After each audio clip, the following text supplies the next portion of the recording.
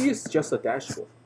And then what if you accidentally, for example, you just remove the filter? How are you going to get it back, right? So this dashboard consists of the two worksheets. One worksheet is called average discounting, is right here. So the average discounting worksheet contains the department, as a filter, is showing up the filter.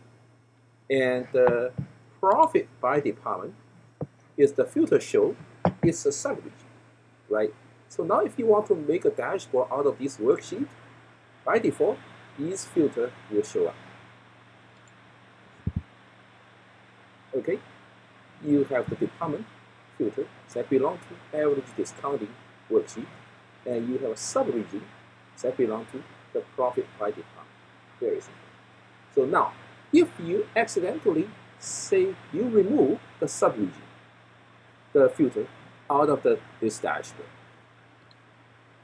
and then you said I made a mistake, I want to get it back, right? One way to do this, you can just simply the undo it, so it will coming back. All right. So another way to do it is you just remove this worksheet altogether, and then drag the worksheet again into it. You will get your filter back. But there is another easier way to do that without doing any of these, and then you just simply clicking on the worksheet that has the filter you just have removed from the dashboard.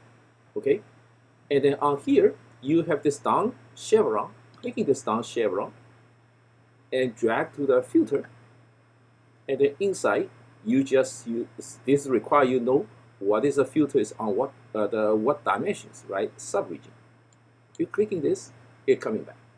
It's that simple. Thanks.